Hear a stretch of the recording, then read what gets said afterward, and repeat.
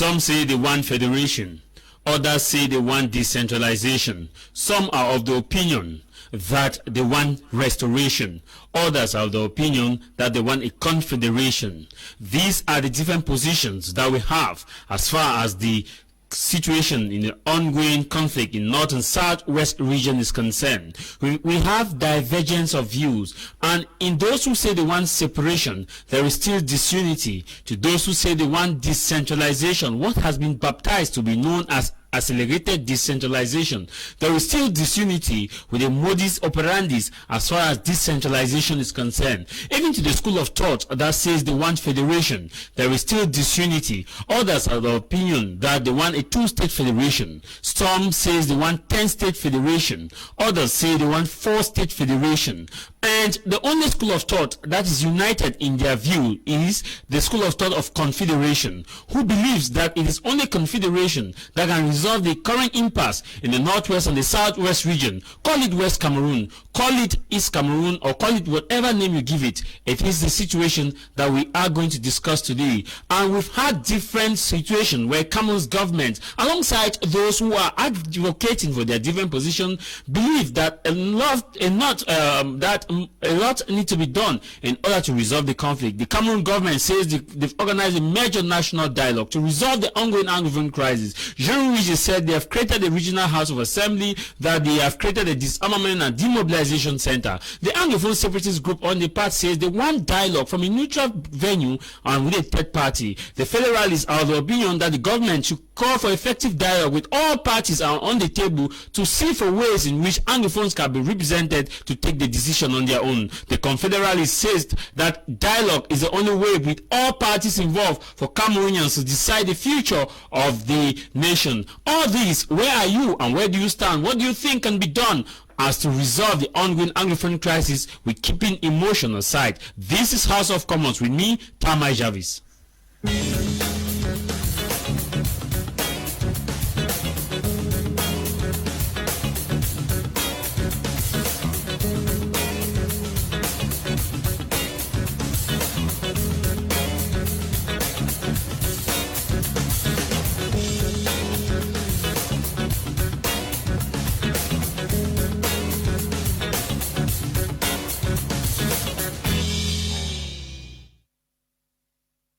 From that break, we expecting our guests who are yet to make their arrival here in the studio and some online, as we did announce to you earlier.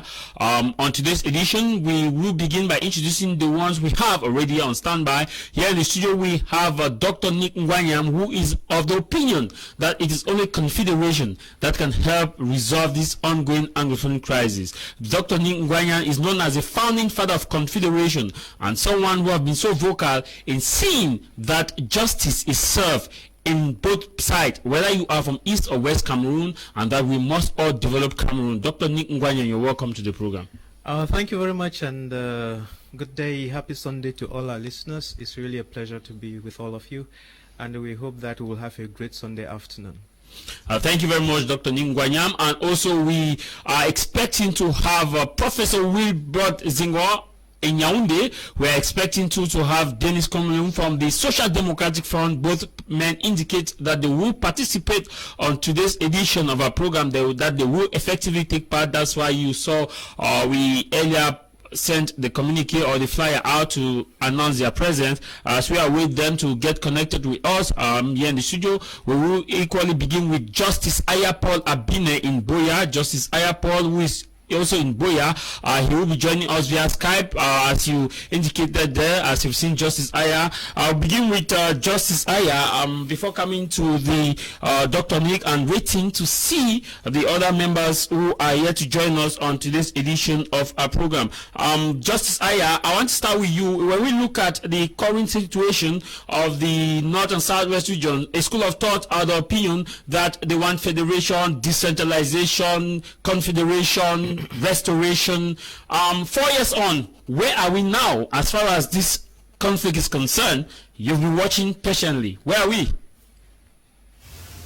You as a journalist, I'm surprised you're asking me the question. We are now in a state of war. The the government itself is talking about war. I'm so surprised that at times even the international community still talks about crisis. People are being shot. People are using armored cars. They're using helicopters, and we're talking about crisis. So we are now in a state of war. I can hardly say anything other than the fact that we are now in a state of... Okay. Maybe I come to you, Dr. Nick. Justice AYAH says we are in a state of war. That's right. Is that what you see? This is the problem. Because he says he's shocked that people still call it crisis. Call it any name. Crisis, war, whatever. Let's understand that there is anger. Okay? We can agree on the fact that there's anger and there's violence. And the anger and the violence is a spectrum. It can start from here and end over here. But when we are talking about that spectrum, the only thing that can take away every element of that spectrum is peace. And what we are looking for is peace. It doesn't matter what you call it. What we are looking for is peace. You know, if you go into the nitty-gritty, is this one, is this one, is this one, it doesn't matter. What we are looking for is peace. Because as long as we don't have peace, we are going nowhere. We are stuck in one rotten place. And there is only one way to deal with that spectrum. Whether you are starting from A to Z on the spectrum of violence, there's only one medicine that solves it. It's a true dialogue. And we might end up defining what a true dialogue is. Again, watch my lips. There is violence of all sorts and shades and colors. Call it whatever you like. The only treatment to it is dialogue. Dr. Nick, before moving to AYAH, please stay on standby. Before moving to AYAH, I want to get your perspective on this. When you talk about the fact that, you know, call it whatever name that we are, that we must look at it from a different perspective. How can we then look at it? Because we've been 4 years now, and the Federalists are divided, stating this one 10 state, 4 state, 2 state. The restorationists are divided, stating we want a Swiss talk, we don't want a Swiss talk, we want this talk with this set of people. Those in the effective decentralization too are pretty divided, because they will say they want, you know, some will say they want a regional autonomy, some will say no, the current dispensation is okay. I don't know. How can you situate us? That's right. I'm glad you asked me, how can I situate you? And you give me an opportunity to actually do what I love doing, because you see, we are here today to educate ourselves, okay? Because there's so much noise and confusion going on, and at the end of the day, everybody becomes so confused and we don't know what we are up to. For starters, before we get lost into the details, let me say a couple of things which would be like our roadmap or our milestones, some guiding stars, and we need to be aware of. The first thing is, it doesn't matter what we're going to say today, tomorrow, or after. Listen, watch my lips. There's going to be a true and genuine dialogue is underway. It's coming. And that true and genuine dialogue is going to lead to reconciliation in the nation, and there will be unity in the nation. And by doing this, there will be a dialogue strictly between Anglophones and the government.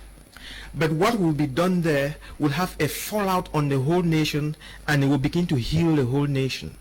It's going to start to heal the whole nation, and this nation is going to change, and the modus operandi in the nation will change. The operating systems in the nation will change, and we are going to surge forward as a people. Keep that in mind, because as we start with the nitty-gritties and so on, we get lost. But if you retain nothing from today, from this discussion today, just retain this little bit I have given you. And then to say that we had problems, this violence, war, whatever, and the treatment for it, like we said, and as we have observed, is a dialogue. But a year and a couple of months down the road, we had a dialogue that was baptized the Major National Dialogue, which was supposed to actually look at the problems and then solve them. But unfortunately, we had the misfortune of having a failed dialogue because it failed to respect the principles of But you dialogue. attended the major national dialogue. Of course, that's why I'm able to tell you that it failed, and I was able to see that it was failing because while it was taking place, people were running away from reality and playing up to the gallery. So the damn thing failed. Of course, when I came out from there and I was saying that the thing had failed, they almost killed me. But today we are all agreed that the thing has failed. And if the president himself is saying that there's going to be a dialogue, it's a recognition of the fact that that major national dialogue failed. And you see, once we say that the major national dialogue has failed, and you know that one of the elements that contributed to that major national dialogue was also another failed organ called it's called what again? The bilingualism and culturalism. Voila. It's one big white empty hopeless elephant that went into the bedroom and crafted that thing, and with some other people who do not want to liberate Cameroon as such, they came up with the major national dialogue, and then I guess the president thought that these were genuine people and they were ready to solve the problems, but they were doing their thing as usual. Now, so the Bilingualism Commission is a failed thing. The major national dialogue is a failed thing. Disarmament? Well, no, don't mention disarmament. Let's mention the two. Those are the major structures. And you have disarmament, reconstruction, special status, decentralization. Now it's accelerated. Whatever, call it whatever, it's just politics and names. So you see this crowd of things that were born out of the major national dialogue, watch my lips, have failed. Failed in the sense that they might have a 10% success. But when you're talking about success, you talk of 80% success, not 10% success, not 20% success. So that is why we are having the problem that we are having. And therefore, if I said the major national dialogue has failed, I'm as well saying that decentralization is not working. Okay, all those of you watching us on Facebook, we want to say happy Sunday to you, Bayangi Pekin. Want to say happy Sunday to you, Ismail Sangu. Want to say happy Sunday to you, Mark Amos Andy. Happy Sunday to you, Gidoro. Happy Sunday to you, Julian Mwanjo. Happy Sunday to you, Abdullah Niger. Happy Sunday to you, Gule Linus Lin. Happy Sunday to you, Wiseman. Happy Sunday to you, Ken John Are. Happy Sunday to you, Mukom Kingsley. Happy Sunday to you, Mengang Sopi. Happy Sunday to you, Kotem Sambit. Happy Sunday to you, Adrian Roland. Happy Sunday to you, Ngule Lemos. Happy Sunday to you, Hukun Tony. Justice Ayah, let me come back to you. While waiting that we get to the other members, I want to ask you this. Looking at the different status quo, we have the Confederalists, we have the Federalists, we have the Separatists, or the Restorationists, we have those from the decentralization. I want to get your view on this. How do we get these people to sit and look for a common ground where we can mitigate or reduce the violence in the Anglophone region, or West Cameroon, or Northwest and Southwest, as those for the decentralization team we want to call it, and for the Southern Cameroon as those from the restoration we want to call it? And if you permit, I would say, without patting myself on the back, that I was one of the earliest people who saw the legal loophole in what was called independence by joining. And I counseled that the best way out was for us to have a 10-state federation. In that case, people would be so preoccupied with development that they would forget about the legal lacuna. I came out with a pamphlet in 2010 on the 10-state federation. And when I stood election in 2011, presidential election, I campaigned on a 10-state federation throughout. I knew full well that there was no legal joining between the Republic of Cameroon and Southern Cameroons, because Resolution 1608-15 of April 21st, 1961 prescribed a procedure to follow. That procedure was not complied with. So to more or less gloss over it, we should get into a 10-state federation. You know, of course, what happened to me. I was kidnapped from my house. In fact, I was bare-bodied watching a match, and I suffered captivity for 223 days. Today, I'm a cardiac patient. Today, I've completely lost my left eye. Even as we're sitting there, if I shut my right eye, I will not recognize. I won't even know someone is sitting there. So it is impossible for me today to talk about a federation given what I have gone through. Because if, as Wikipedia says, my ordeal was because I preached a 10-state federation, then I put that behind me. As to whether we should have a 10-state federation today, should have a confederation or whatever, it is not for me to prescribe. But I know that in every democratic setting, it is the consultation of the people that decides. It is the consultation of the people that decides. You do that by referendum or through election, ordinary election other than a referendum. The situation being as it is today, when you ask whether we can do it by way of referendum, I'm unable to answer, because the first thing to do now is cessation of hostilities. And who is to take the first step? The belligerent party. And who is the belligerent party? The government that declared war, 30th November 2017. It's only then that we will sit at the table and decide what next. And if the majority view is that we should conduct a referendum to know what next, to know, the way forward, that would be determined at the table. It's not for an individual to say, I prescribe this. Who is that? Even the President of the Republic cannot prescribe. He has tried that, and for 4 years to today, the situation is going from bad to worse. At first, it was rubber gun and maybe cutlasses. Then they went to what called den guns. They themselves came out with so many den guns that he seized. They moved from there to guns that they themselves seized from the military. And today we're talking about explosives. Everybody knows that. So nobody can prescribe.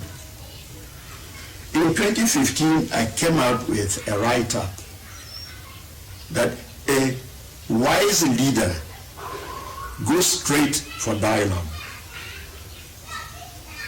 That spares the money that would have been wasted fighting to build tomorrow. But the foolish leader plunges the country into crisis, into a war. He destroys what has been built already. And then at the end of the war, he borrows to rebuild yesterday. Not even rebuild today, he goes back to rebuild yesterday. That is the situation in Cameroon today. That was ignored. We preached about negotiations. It's also ignored.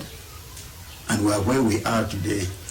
Every wise man in Cameroon today, whatever he calls himself,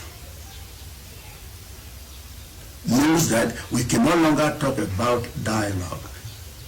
In fact, Justice, we'll be coming back to you, Justice. Dr. NGWANYAM, and those of you watching us, there have been lots of messages and questions as far as the issue you raised for dialogue and negotiation is concerned. But first, we still need to tell our viewers that we await the other participants who are here to make their way are Professor Zingo and of course Denis Kwamulu. I want to begin with you. I want to continue with you, Dr. Nick. On this context of referendum, do you agree with AYAH that there is need for referendum to harmonize all the different views?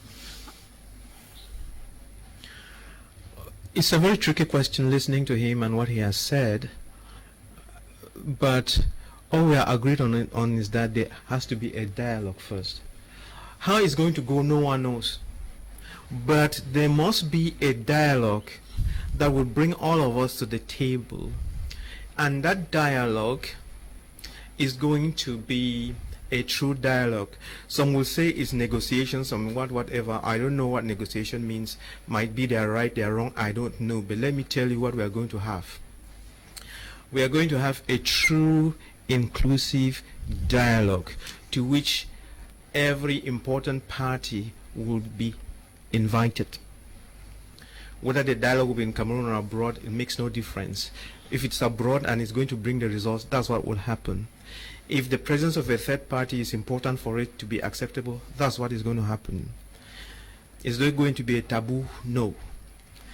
Now, and what the dialogue will be seeking to achieve will be a win-win scenario, so that at the end of the day, the country can reconcile with herself, stay united, and move forward in development.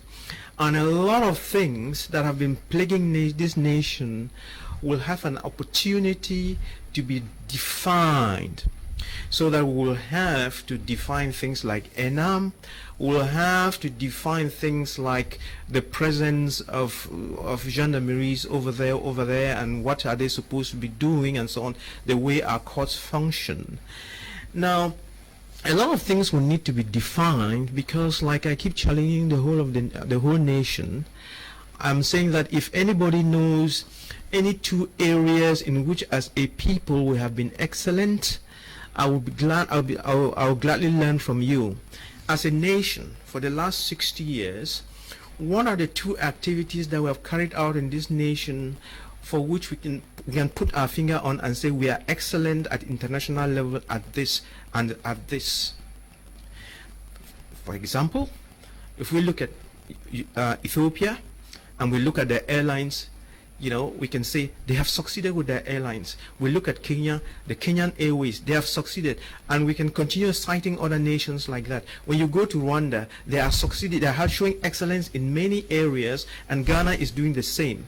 Tanzania is doing the same. Show me one area in which one area of something positive for which we can be proud in this nation.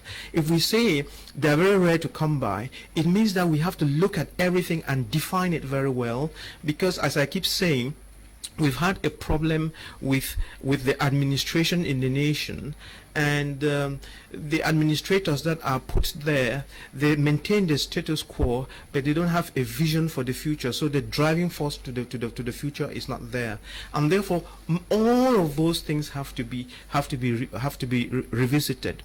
Because let me remind our listeners again, on our fingertips, what can we say our problems are in Cameroon? I started off by saying the problem that would drown Cameroon if we don't pay attention to it, which is responsible to 80% of the problems in Cameroon, is the Anglophone problem. We can define that. Then the next thing is a lot of youths on the street without jobs and capacities. The Human Development Index is poor. The third thing that I wrote here is bad governance.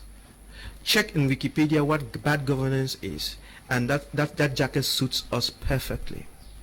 And then, I mean, I don't want to be going corruption, no. That big package is called bad governance. And we have our economics is poor, our agriculture is poor, and we don't have food security. We depend on other people for our food. The other day I was thinking, and I was so angry about it, that for every chicken that you see, the table birds, those white birds that you eat, for every chicken that you eat at table, the egg that brought to life that chicken entered an aeroplane. You see, It's not funny. And yet we have professors of agriculture, professors of this, many people living from schools of agriculture, and they cannot generate fertilized eggs for our poultry farms. So, and the other thing is, what is it that I was saying? There's this generalized insecurity, and there was one of these wise sayings that was put in a slide that is on social media, and actually wherever there's violence and insecurity, you can track it down to poverty of all sorts. And when we say poverty, it's an umbrella term, and you can name all sorts of poverty. There's economic poverty, mental poverty, emotional poverty, name it, all sorts of poverties. As long as there is poverty, there will be violence. So this is a package thing, and we need to, the problems are so many, but like it said, the 1,000 journey begins with the first step, and the first step to addressing our problems will be an open dialogue where the nation is following what is happening on TV and so on. Can a referendum solve this puzzle? No, until you first have to have a dialogue where you talk with people and they see the genuineness in what is going on, all the problems are exposed. Then we now say, from all these problems that are exposed, this is the problem A, problem B, problem C, and so that when you are going for whatever, you call it a referendum, whatever, you'll be identified. Let us vote on this issue. Let us vote on this issue and that issue. You cannot just go to a referendum or an election, you know, a la Cameroon. Okay. It doesn't make sense. Okay. I want us to come back to Justice AYAH. Justice AYAH, you on standby. I heard people saying that I ended him abruptly. Justice AYAH, I want to get your perspective on this. We are seeing the government articulating that they've done enough to resolve this conflict, stemming from the creation of the Bilingualism and Multiculturalism Commission, also stemming from the fact that they had the Interministerial AYAH Committee in Bamenda that was in December 2016, which negotiated with the teachers, and another one in Yaoundé with the lawyers that was from the Ministry of Justice. The government stating that they have redeployed teachers, the government stating that they have redistributed ministerial appointment with Minister Paula Tanganyi as Minister of Territorial Administration, Nalova Lyonga, and a wide range of issues created disarmament and demobilization committee, and that to them they feel like the conflict is under control. I want to get your take on this. So far, what clarity can we say that the government has been able to handle this situation effectively? But from my mouth when I started talking about dialogue. A dialogue is between parties. If you organize a dialogue and the other party is not, you are wasting your time. Let me say it here and now. As I've said before, that Amazonians, Southern Cameroonians, Anglophones, whatever name anybody gives, comprises two groups: the people on the territory and the people outside. Neither the people on the territory nor the people outside can solve this issue without the Anglophones first coming together to determine what they want. If you organize, I don't know what name to give, some kind of safari called Grand National Dialogue, Major, whatever name, it is for partying. You just go there, you enjoy yourselves, you take your per diem at the end of everything you put in your pocket, and the thing stays there. It resolves nothing. For instance, since the end of the Grand National Dialogue, what has changed, if not a change for the worse? As for those white elephants you call Commission for Bilingualism, and I don't really waste my time very much on that, because those are complete farces. In fact, it's just like diverting attention from the real issue. At times we call those things claptraps. That cannot resolve anything. Look at just the names. You see today of departments, of maybe towns and so on. There's nothing bilingual in it. What you call regional councils has no meaning whatsoever, especially on the territory called Ambazonia today, Southern Cameroon, whatever. It has no relevance because there was no election this way. Everybody knows that. Not 5% of the people turned out. And if the councillors who elected the regional councillors were not elected, the election of the regional councillors is null and void. Because those who elected them were themselves not elected. They did not represent the people. So all the measures taken so far by the government are cosmetic. And that's why you see the situation degenerating. Today they tell you that the war is over, they started reconstruction, the next day they're killing people. Only as recently as yesterday we had information how they went to a village and burnt down everything. They carried away people's generators from their hiding places. Today, for instance, how can anybody tell you the distinction between those who escaped bush and built their small huts so that rain should not drop on them directly, and what they call amber camp? How does anybody get to a place and start destroying the place in the name of amber camp?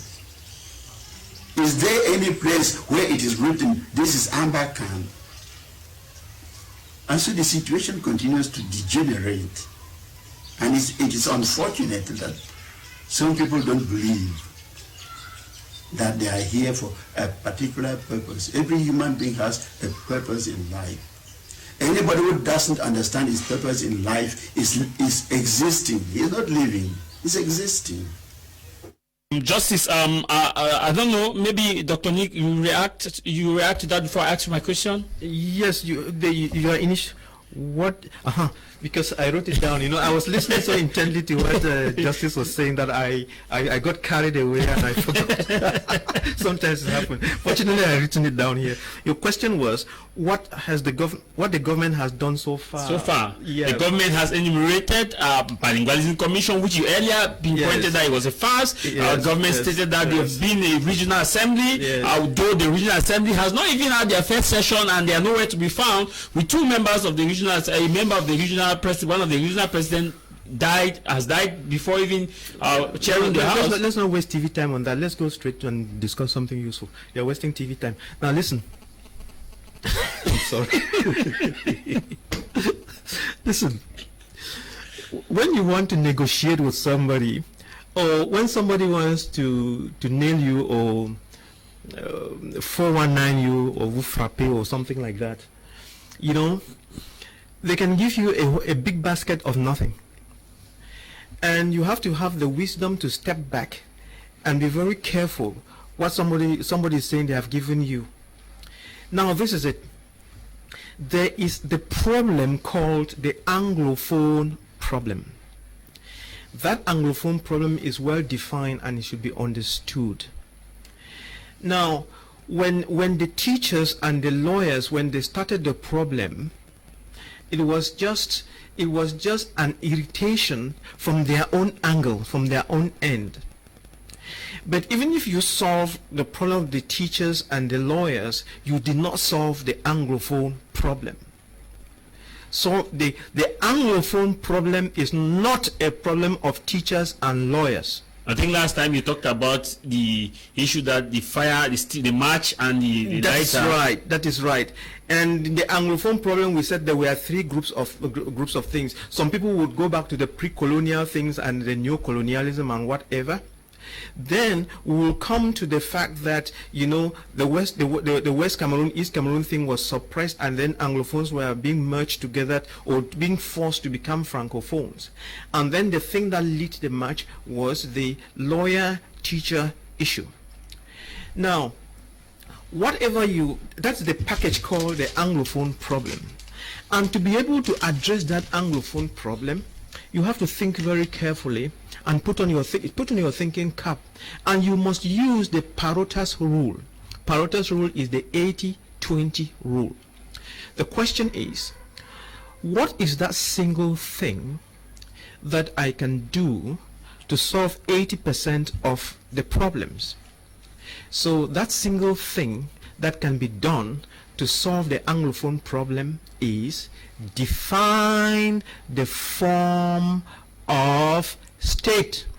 Un point, un trait. So when the lawyers and the teachers come up with a problem, and then the lawyers, the minister no, forget about last week on my program stated that I don't want to talk it's about unconstitutional to define the form of the state. That's his problem. I don't want to talk about Ngole. I don't want to be insulted. I don't want to insult anybody. I'm sorry. I'm here to try to solve a problem, because the problems we are trying to solve are problems that they have caused. And so let us address ourselves the problem and stop with this nonsense. Now listen. The 80, so the government came up with, I don't know how many things, that we have given them 19. You even asked for 19, I went to 21 and whatever. But those 21 are small little bits that you have put in there that amount to nothing. You can make the list 50 things. Put in your decentralization, your bilingualism, it amounts to nothing. What we need to do is to go back to that table and define the form of state. Once you do that, many of these small things will just fall in place. You can spend the next 10 years adding to a list and getting to a list of 1,000 nothings, and nothing will change. So let us be wise and stop loss and do what we ought to do.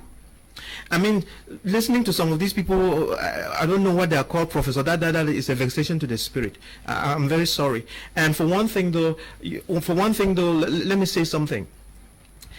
The COVID-19 funds, the stealing of the COVID-19 funds is a blessing to Cameroon.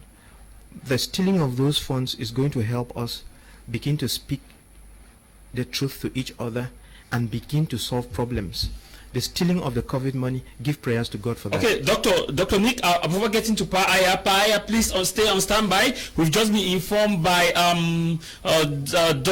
Professor WILLIBROAD that he has some technical issues connecting with us, so he may not be here with us on today's edition, but subsequently on Sunday, because on Sunday we want to look at, next week Sunday, we want to look at the 1972 referendum, what went wrong, what went right, and what is the status quo. So that is our program for next week Sunday, but I'm sure we'll have PC Fonso too who will join us, and some other top historians and some legal minds to really look at this issue. But I want to ask you, Dr. Nick, you kept talking about dialogue, that a real dialogue is coming, and that dialogue that is coming will not be like the, in your word, failed major national dialogue. No. So far, and will not produce structures like the bilingualism commission that we have today. No. When is this dialogue coming? Because you talk with the president on a daily basis as of this dialogue. When is it coming?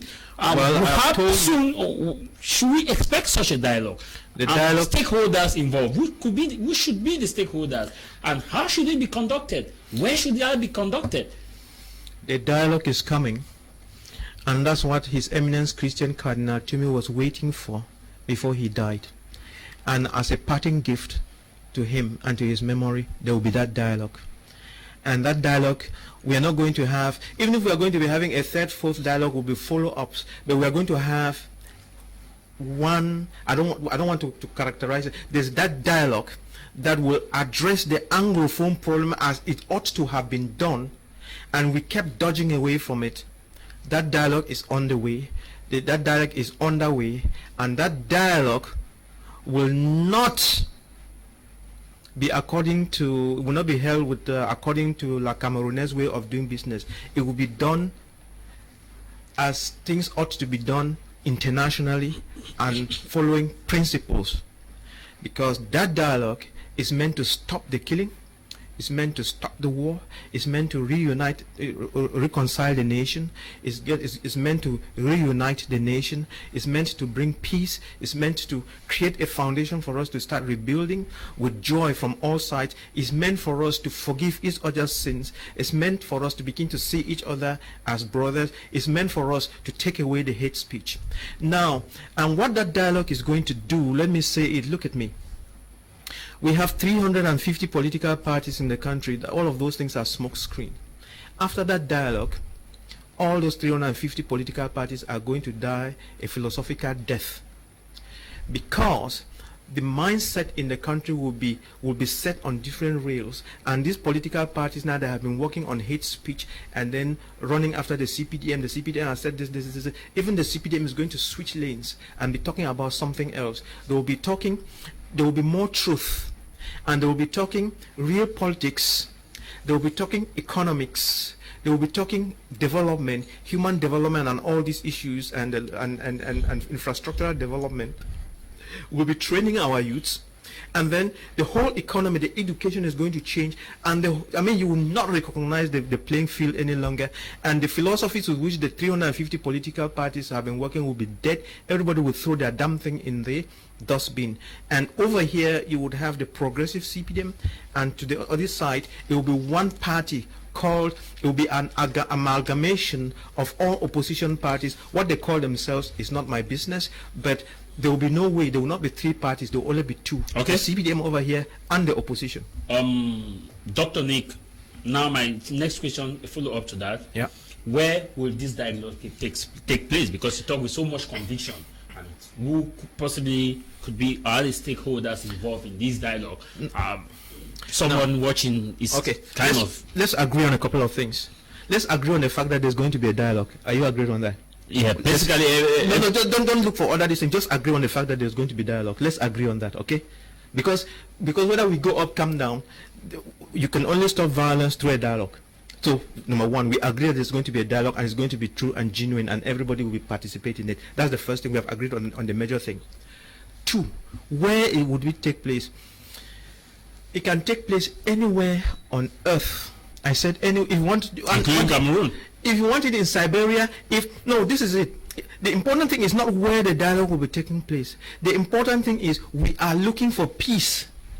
And wherever that peace will be achieved, that's where we will go for the dialogue to hold. I don't know if it's making sense. It doesn't make sense. We are looking for peace. If we are going to go to a country, to this over there, to X, and we will not find the peace there. We are going to Y, and we will not find the peace there. And we know that if we go over to W, we will get the peace. Then why waste your time going over there? You go to where the peace is. So what is going to determine where the dialogue is where the peace is to be found. The stakeholders now.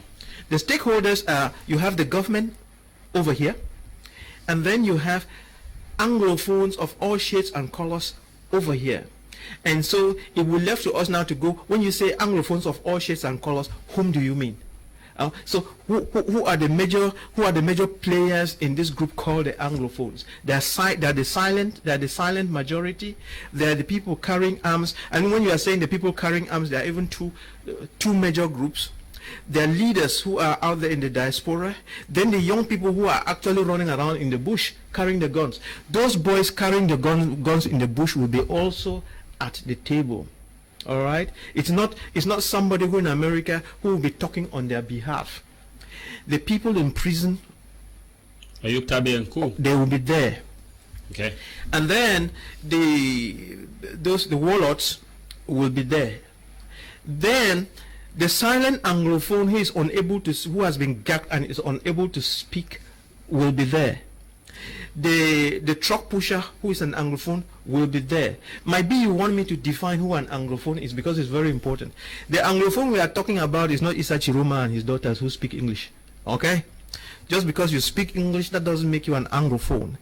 And an Anglophone is not defined by language. And the Anglophone problem is not defined by language. When we say an Anglophone, we mean someone whose genetic material, DNA, 50% or 100% of it comes from a territory called Southern Cameroon or West Cameroon or Northwest, Southwest region. Does that make sense? It does. Okay. Justice AYAH, before coming to you, let me retake some few messages. If you agree with Dr. Nick on the terms that there will be a dialogue, and if this same government can dialogue. Just hold on, let me come to you. The majority, let me take some SMS, please. Send us your question, your SMS on the numbers that are on your screen, 676-431-384, 676-431-384. The majority of Southern Cameroonians are for restoration. We've lost more than enough souls. We can never live anymore with La Republique, our enemies. This is coming from Taken John from Quen. Please, when you send us your SMS, be kind of civil. Please let doctor answer the question. It's simple. Can there be dialogue without a ceasefire? Collins from Boya. This other one read, it says, bro, doctor is talking there, but I believe that he needs to understand that this government is different from the other government he's talking about. Come from Kumba. This other one read, it says, good afternoon to you all in the studio. Big salute to Dr. Nick. We all what you people are saying, with all what you people are saying that it is good, but can it work when all the government knows is lies telling, bad faith, etc. The system has sold themselves to the devil. They've been removed by some group of devils. This is coming from Ignatius Amabo in yes, you just briefly. Yeah, let me just give some answers to the issues that are raised here so we don't get lost. Now, there's an expression in Pidgin which says, if you don't play politics, politics go play you. Even if you are a child in the house, I mean, you've seen some of these recalcitrant children at home. You send them to school, they don't want to study, this. But watch them as they grow in life, either they toe the line or nature takes care of them. And as I was telling you before, I was saying that we had a lot of people who held some very stiff positions and so on, but because COVID money came and then soiled a lot of people, you will see that a lot of people will not be coming to the forefront again, and truth will begin to surface. So the dynamics are changing. Nothing is static. I mean, who tells you that because you were a sinner yesterday you cannot be baptized and then you become a Christian today? So it's not because the government was seen to be this way. It's not written in any Bible that it cannot change. Okay. So change is on the way. Good afternoon, Mr. Javis. Tell Dr. Nick that he is already giving us the results and outcome of the so-called genuine national dialogue, when he says there will be a genuine dialogue that will bring peace, reconciliation, and unity in the country. My worry is, what makes him think that is going to bring unity in the same country? Secondly, what becomes of the position of the restorationists who want their own country? It's coming from an anonymous sender. Doctor will take note, and after we get to AYAH, Doctor will reply to some of those. The only way to solve the problem is by dialogue. No need beating around the bush. I enjoy Dr. Nick a lot. It's coming from Peru, from Cape Town. This reads, it says, good afternoon. Please, at what table referendum is taking a choice for a solution? What is your counsel? Is coming from Amin in Boya. A lot of messages coming in. Let's get to Justice AYAH. Please stop calling us. Justice AYAH, you have worked with this government for long. You left the government. You joined the PAP party. You were locked up for months, and here in Comunicado, as you earlier been mentioned, that you had some, because of that you have cardiac issues, your health is deteriorating. As we speak right now, can this same government, and you've listened to Dr. Nick, that there will be genuine dialogue, do you believe that there will be genuine dialogue? And secondly, can this government that we see actually negotiate, this same government? I was asked a question many years ago, I think I was still in Parliament, whether the government of Cameroon, there are so many Cameroons, I don't know which one, listens to the people. And I told them the government does not listen to the people. They use Parliament to take funny decisions.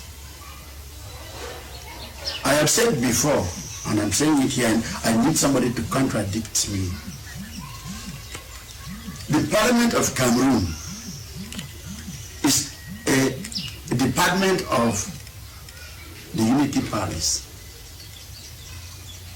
Yes. If you go to the Parliament building, the main entrance into the Parliament building is opposite Lycée Leclerc. Let me tell you, no parliamentarian passes through that gate into Parliament. It is reserved for the president and his government, his ministers. Parliamentarians enter parliament through the back door, including the bureau, including the Speaker of Parliament. They get into parliament through the back door. If you say you own a house, you are the owner of this house, and somebody tells you, some outsider tells you that you cannot enter your house through the main door, can you boast that you are the owner of the house? That's how our parliament is. I continued calling it just an institution built just to give the semblance of democracy in Cameroon. So all the decisions taken by Parliament are actually decisions taken by the Unity Palace. Therefore, in the final analysis, the people are never ever heard. And if the government doesn't listen to the people, how does it dialogue with the people? There are situations where you dialogue only by your conduct. I saw a situation where the president, or late president of Tanzania, met a cripple. He was driving the car himself without a bodyguard. He stopped and chatted with the cripple and gave the cripple some money. You see, that is how you lead. Therefore, this government doesn't dialogue. It has never dialogued. And that's why we are where we are today. And do you see possibility of dialogue in the future with this same regime? How do you dialogue with a smoking gun, in hand? How do you dialogue with somebody you are pursuing to kill? How do you dialogue? With somebody you don't recognize. In essence, what am I saying? There can be no dialogue, no negotiation without a third party, a neutral third party. Only he, takes neutral decisions. You make your stand, the other party makes, their stand, and you begin to concede until you get to a consensus. Outside of that, it's a waste of time. It's a waste of time. People think that when they imprison leaders, or those who are outspoken, like a certain pariah, it changes anything. It doesn't. When you imprison a certain pariah, there are so many other pariahs who just step up. You imprison a leader, another leader just springs up. It's just like in a war. Once you kill the leader, the commander, another commander takes over. It's the same thing in terrorism. You cannot defeat terrorists because you kill one, another one just comes up. So the government is making a fatal mistake by thinking that they can use the gun, they can use the might of the state to oppress. They have burnt more than 200 Amazonian villages. How has that helped the war? Has the war stopped? So the use of force does not resolve anything. And as I said before, if you can dialogue, every war ends at a round table. If you can go directly to the round table to avoid destruction of property, destruction of human lives, why do you destroy before going back to the table?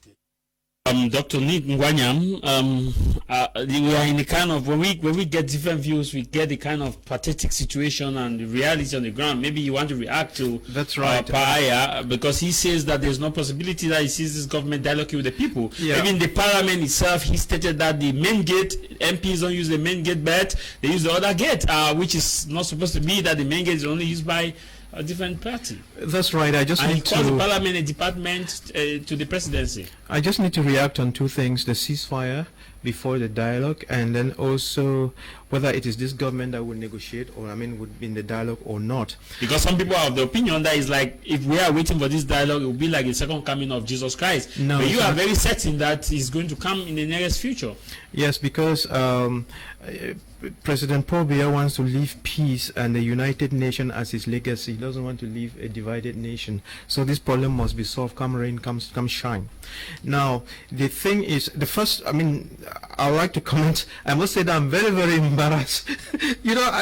I've been looking at this glass house called Parliament, and I see those big doors, and I think that many of these are noise-making parliamentarians. They walk through there with that pump. If you don't go through the main door, then you're a slave. Honestly, then you're not much to write home about. That you cannot go through the Parliament, through the main door. Maybe the speaker is himself. No, then forget it. Okay, that aside. When I'm saying there's going to be a genuine dialogue, that is the main topic, genuine dialogue with reconciliation and unity. But that dialogue, the reconciliation and unity, whatever you call it, is going to follow the international norms and ways of doing business. If to dialogue you must have a ceasefire, then of course there will be a ceasefire, then there would be a third party, then there would be, because those little things that we used to argue around, about and think they were important, they will no longer be important, because all parties will be looking for one thing called peace. And whatever it would take to get that peace, we will get the peace. That is, the important thing would be peace. And then to answer your other question is, this government, this particular government, is not in a position to go to that dialogue because they showed their limitations at the major national dialogue, and if you do the same thing twice, then you're a fool. It must be a new mindset, new way of doing business, new value systems, and so on. These other ones can't. Have I answered your question? Yes, you have. But I want to understand now. It's like AYAH raised the issue that DENIS and will not resolve the conflict. I have read lots of messages on people reacting to your call for genuine dialogue, and some state or believe that it's like you have a secret letter that was written by late Christian Cardinal Tumi about the dialogue, and their worry is that it may end up like the second coming of Jesus Christ, because they don't see this same government moving towards the way. Number one, I've told them that it will not be this government. So what else do they want me to say? There will be a dialogue, but not with this government, period. And yes, I'm telling you the things that the Cardinal told me before he passed on. And we respect the wishes of a dead man. So it's going to be like that. What else do you want me to tell you? Do you have any other difficult question you want to ask? No, just reacting. And don't forget that I have a crystal ball. I look into it and I tell you the future. I think we before moving to Justice AYAH again, I want our viewers to understand that next week edition we shall look at 1972 referendum. What went wrong, what went right, and because it is from there that we started having some kind of difficulties. Some people have the opinion that it lasted for Fuman conference lasted for just 43 or 45 minutes or so. So we are going to look at that with our panelists too. And if you may want to be one of our panelists, especially those who keep telling us that no, invite Mr. A, invite Mr. B, don't invite this, we want to invite you to come and talk and take responsibility of your statement. Dr. Nick, the unity that you're talking about, a school of thought, I'm sure from this Cardinal's research, it shows that about 80% wanted restoration, what he handed over to the Prime Minister and head of government prior to the major national dialogue, that about 80% of Anglophones wanted restoration. And how then now do you strike this balance with people who refused that the ship for restoration or the train for restoration has left the station and will not be coming anytime soon? So to them it's like showing what on the deck's back. Now, when you pull, that's not true. First of all, what is restoration? Can you define for me what you mean by restoration? Let's get a few, the sociological definition of the term restoration. What do you mean? Maybe what are you restoring? I don't know, but let's be very clear on what you want to restore. Maybe you ask those who are saying that. All right, until they, I mean, let's not be confusing things. And then let us realize that when you pull a catapult and you leave it, it comes back to place. So the war has been pulling the catapult. And when the tension is taken out of the catapult, things will come back to place. That's what we are calling reconciliation and unity. And it's because I had looked at all these difficulties, and I looked in I looked into my glass bowl, and I made some ngambe of my own, and I prayed to the Holy Spirit that I was given this discernment, this intuitive discernment of the Confederation as the tool that would solve our problems.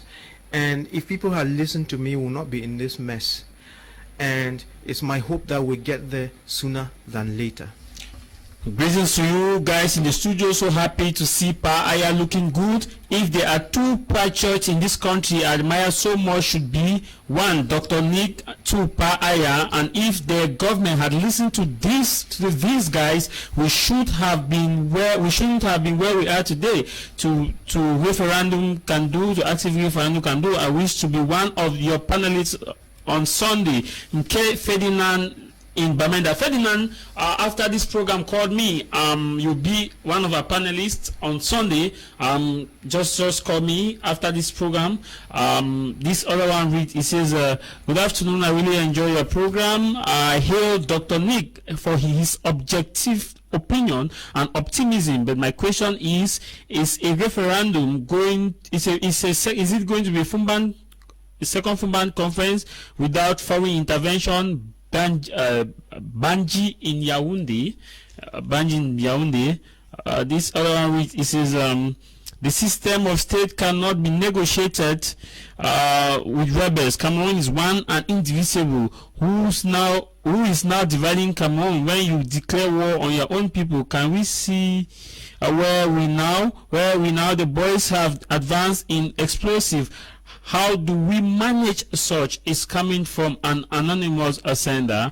Greetings to you in the studio. I greatly agree with Dr. Nick in most terms. Once I say is this. One thing I say is this: the oppressed can never be impressed forever. The advent of freedom will eventually speak out for himself. Mark Jackson in Yaoundé.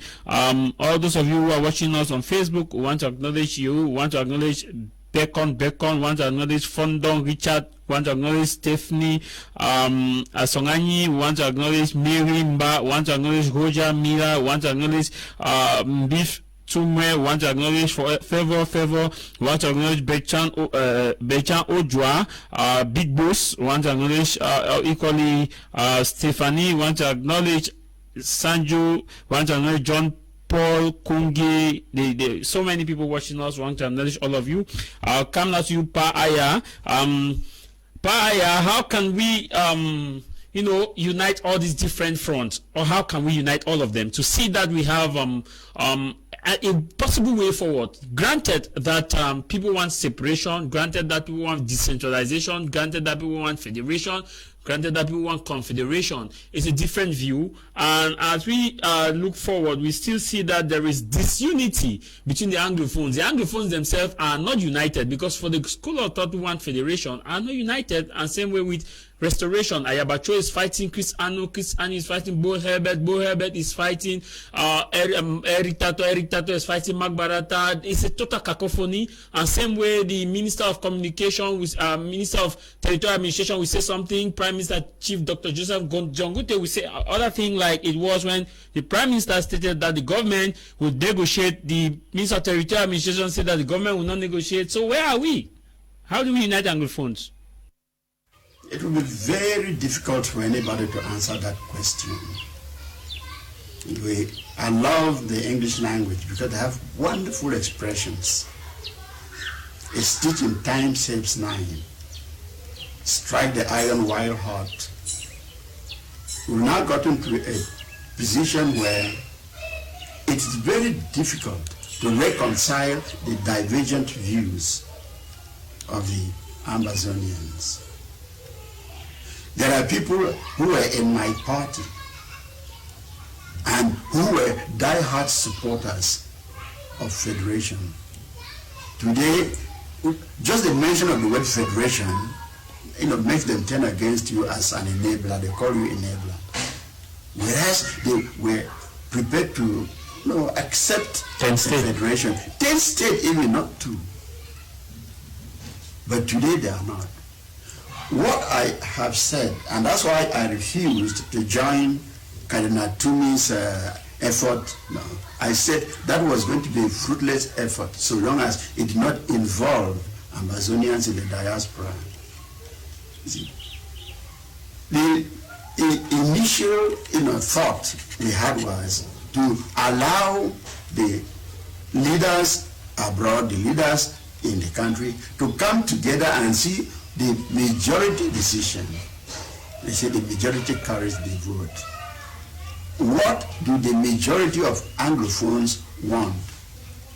Independence, 2-state federation, 10-state, a confederation, whatever. Some people even talk about decentralization.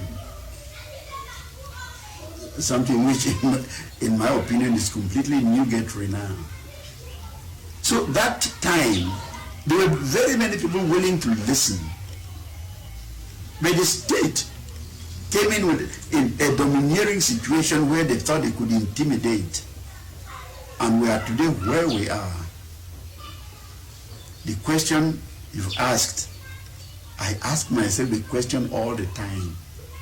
How do you bring the different factions of Amazonians together? Imagine, for instance, that the people abroad, the leaders abroad, and the leaders here. When I talk about the leaders here, I don't mean those who are in government posing here and there that they are leaders. A leader is not a minister. A leader is somebody who has a following. If somebody appoints you minister, in fact, you are following and you are not a leader for people who didn't appoint you. So I mean, real Anglophone leaders meet with those in the diaspora and agree.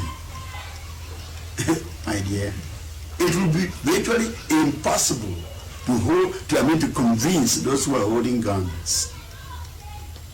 What am I saying then? At first, we had only the 2 groups. Now a third and more powerful group that can decide decisively.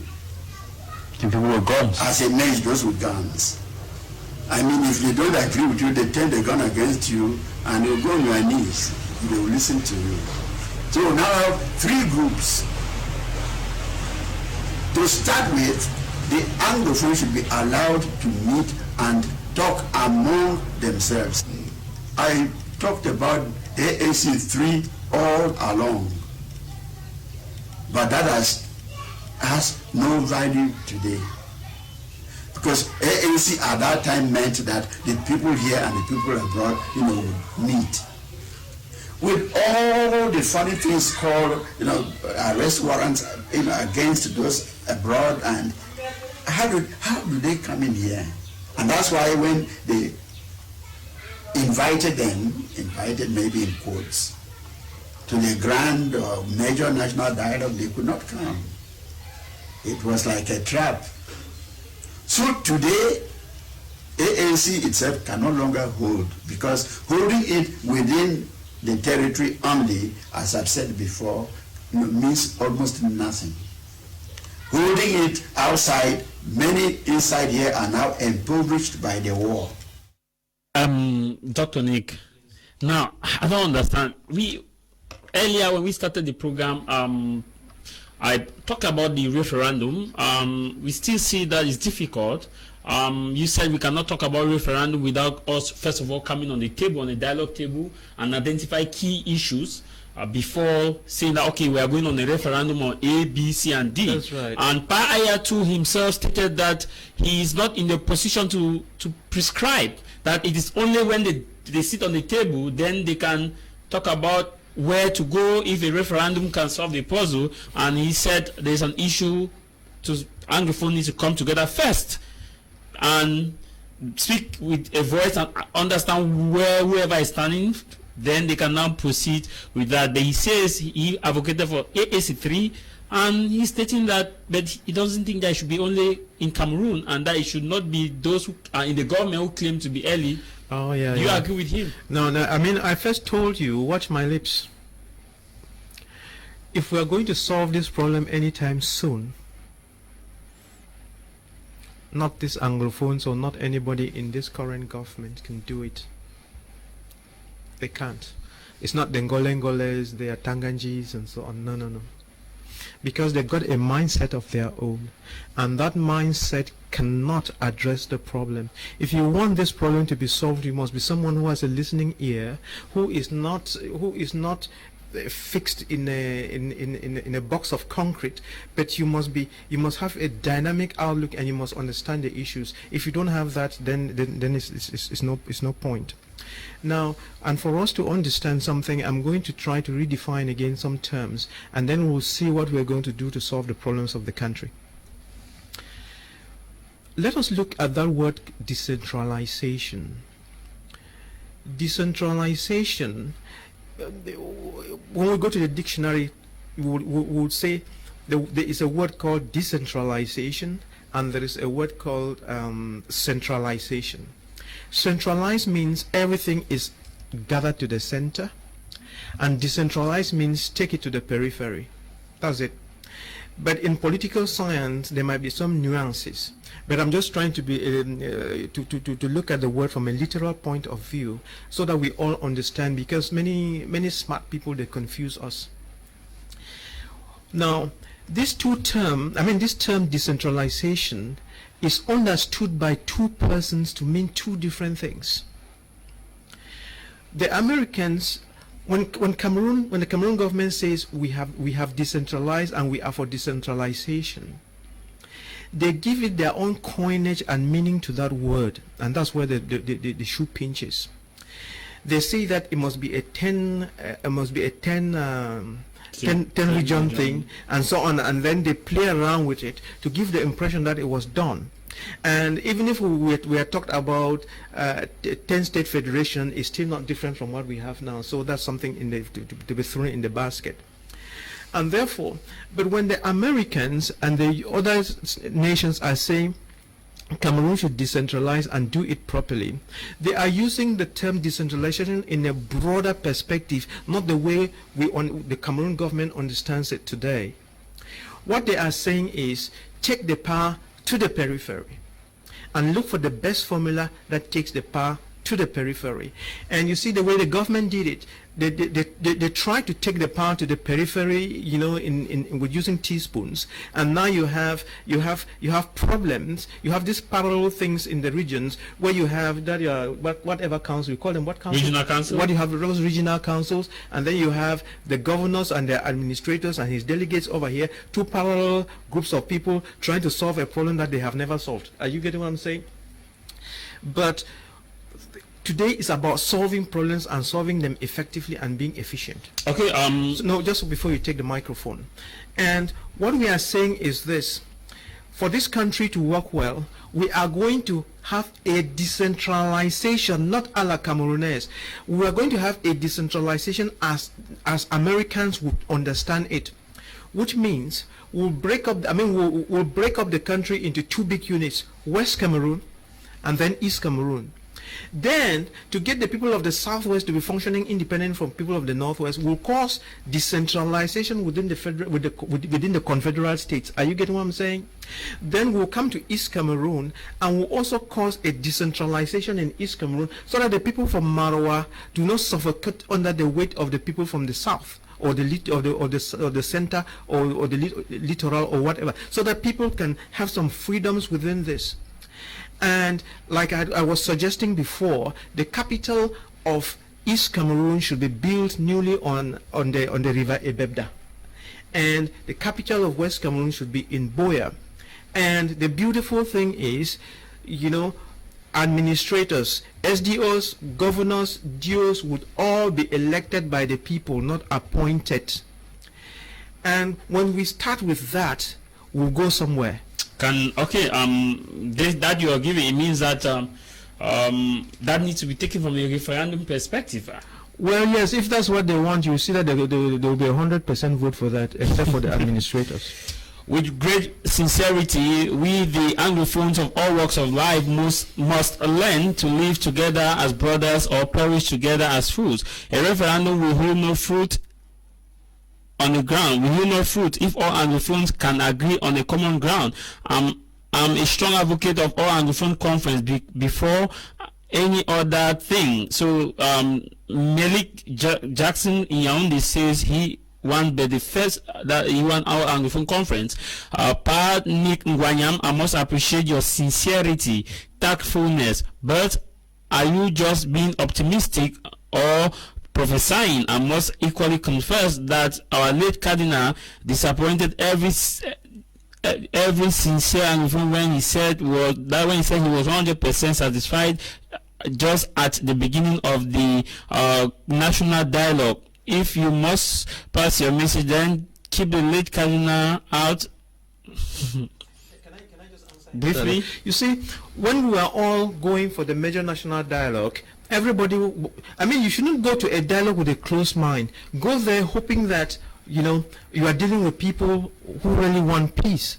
And therefore, when the cardinal was responding to that, he was hoping that he would encourage everybody to have an open mind, because he goes there with an open mind.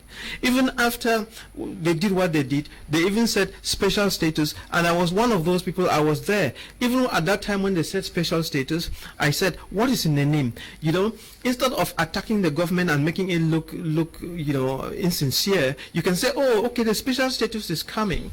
And then if the government were wise enough, they would go to the back and take all the clauses that respond to a federation or a confederation and put it and call it special status, and everybody will be happy. You understand what I'm saying?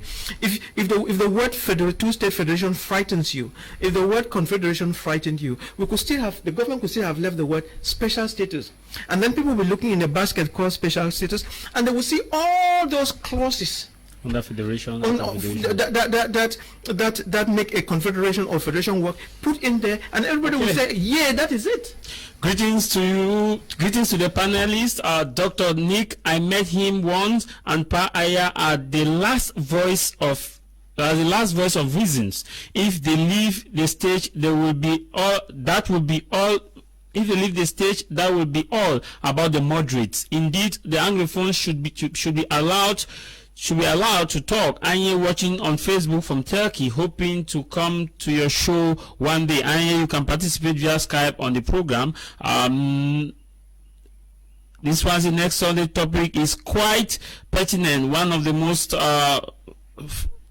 please stop calling us because we just take that SMS. Stop calling us, please. This other one, it says, happy Sunday to you, great program. I must say I appreciate the sincerity of Dr. Nick. I am Julius from Boya. If we have people like Dr. Nick, the moderates, I think we will have a sense of reason and to look for a way we can leave the conflict. This other one says, I think a referendum will be the main solution to a plain field, not like the 1972 referendum. Justice AYAH, if you're there, what could be the way forward to bring both sides, all sides on the table so that we can have a resolution? Because we are looking at ending the armed conflict. Earlier you said a referendum cannot just bring an end to this conflict, but you said Anglophone must come together. The first thing is cessation of hostilities. If anybody is still dreaming that he can win this war with force of arm, the person maybe needs to consult the next psychiatrist. The first thing is cessation of hostilities. When people have their quiet moments, time for reflection, they begin to come back to reason. Now it's a question of, they killed my father, they burnt our house.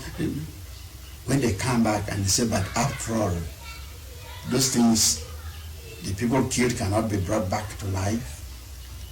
You cannot bring back the houses, you can only rebuild them. So Does it make sense continuing? Is it to advantage? Is it? People begin to think. But if you continue to mount pressure on them, today you tell them, oh no, there's return to normalcy, people should come back to their villages. When they come, the soldiers go there and, kill them. Tomorrow you tell them to come back and they will come. So it's a very complicated question. What do we do now? Cessation of hostilities, confidence building measures, and then a third party to bring the belligerent parties together and discuss the way forward.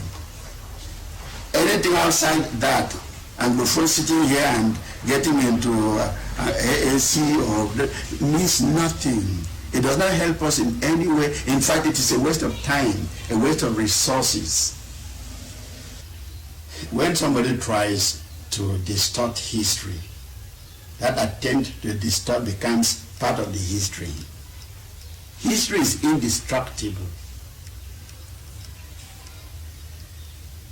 The fact is that there were two Cameroons in 1961. What they called the Federal Constitution. Well, let's just accept it, although we keep saying that those things have no meaning in the eye of the law. But if we take it as a constitution, it started by saying the Federal Republic of Cameroon comprises the two Cameroons, this and that. In 1972, that constitution was revised. I wouldn't say it was really abolished as such. It was revised because sections of the constitution continued to say that the federal laws and the laws of the federated states would remain in force. So in 1996, it was a constitutional revision. At times, I hear even lawyers saying 1996 constitution. It was a constitutional revision. They revised the Constitution of 1972. In that revision, the articles referring to the federated states continued to, were still included. They were not repealed. And therefore we continued to be an entity, one of the two entities. You know full well, as a journalist, that what precipitated the present killings, the present destruction is 1984. When somebody, using the kind of parliament I described a few minutes ago, decided to go back to the Federal Republic of Cameroon. No. In 1961, 11 February 1961, the Anglophones alone decided to join. If tomorrow they want to quit, only they can decide. Yeah, referendum, I guess. I'm sure we'll be coming back to justice. Let me come to you, Dr. Nick. Only them can decide, according to Dr. Justice AYAH. That means that if we are to conduct the referendum, from what you both are saying, it means ending the armed conflict in North and Southwest. Referendum cannot put a pause at this point in time. From the collective discussion that you and Justice, you're saying, it means there is need for Anglophones first to sit together and speak at one voice before moving to the dialogue table. I don't know what to say, but let us not be arguing over the little nitty-gritties. Let us stick to some major issues and hopeful outcomes. And we would say that things are going to follow the international standard and means and ways of doing business, not this cat and nail that we usually do here. The dialogue is going to hold. There's going to be peace. there's going to be reconciliation, there's going to be unity, and there's going to be excellence for once in this nation. That said, we are all looking for peace, and whatever we are going to sacrifice to get that peace, we'll get it. And that is what His Excellency President Paul Biya wants. That is what His Eminent Christian Cardinal Toomey wants. He is dead, but his spirit lives on. And before he died, that is what he left with me. He gave me his spirit before going. So he is dead, but not dead. And all that we need to understand is that we have to do everything in truth and in love, respecting each other. Let us stop at these little arguments about whatever. But watch my lips. It doesn't matter, I call it dialogue, call it whatever. It is going to be done following international standards. It's going to be done with the help of experts. It's not cut and nail. It's going to be properly done. We will have peace, and this nation will be delivered. Thank you. We are almost coming out of time, running out of time. Justice AYAH, if you are there, can we take your last word before we take leave of you? For the belligerent party to take the first step, apologize to the people. I'm sorry. A brother cannot be killing brothers. We did this maybe from a fit of anger. And that comes back to what I said. Many people are now citing it. In that very document, I prepared a pamphlet in 2010. I said we'll proceed first with a Truth and Reconciliation Commission, where people will go and confess. In Fumban, where we fool the Anglophones by giving them long-necked women and lavishing them with whatever. Nothing was really determined. We're sorry over that. Oh, we were acting under the influence of the French, just as they are doing in Chad now. So, brother, forget about what happened. Let us open a new page and proceed. As simple as that. Truth and Reconciliation Commission. And at one time, I published a note that I am prepared to head that commission free of charge. I won't ask even for what they call per diem in Cameroon. So that that can help to help people to turn their back to all the atrocities the atrocities committed. Okay, if I tell you, apart from what I went through, the ordeal I went through in captivity, what explanation can the government of Cameroon give you today that I am now 15 months without my accounts, without access to my accounts? Why? Pension is my saving. They do that just because they say, what can he do? After all, Anglophone law. And tomorrow you think, if I was not maybe already with a small tummy, I'll get a gun anywhere and fight for my right. And fight, I repeat, and fight. What right does anybody on earth have to distrain on my pension, my saving, for 15 months without any reason? They haven't given me any reason. And those are the attitudes that have led to the present war. And they've learned no lesson. They are continuing, even with a higher velocity. Thank you very much, Justice, for taking our time to talk to us. Well, I am there. I'm prepared to speak the truth. It doesn't care, it doesn't matter whose ox is God. I tell the truth. I was brought up that way. And nobody can change me at this age. If anyone was to change me, having gone without my pension since I retired on the 1st of July 2017, they would have bent me over. But they have not. And here I am, still looking younger than. Hold on, Justice. Thank you, Dr. Nick. Maybe you want to give a brief interjection there? Yes. Yeah, last word too before we go. Yes, my last word is, when I listen to Pa Justice is saying that he would like to head the commission even without a per diem. I think the Truth per diem, and reconciliation. was it the truth and reconciliation? Yes. It doesn't matter. We are in a state of war now. We want that war to stop. A lot of people have lost their lives. A lot of people are suffering. Everybody has paid a price somehow.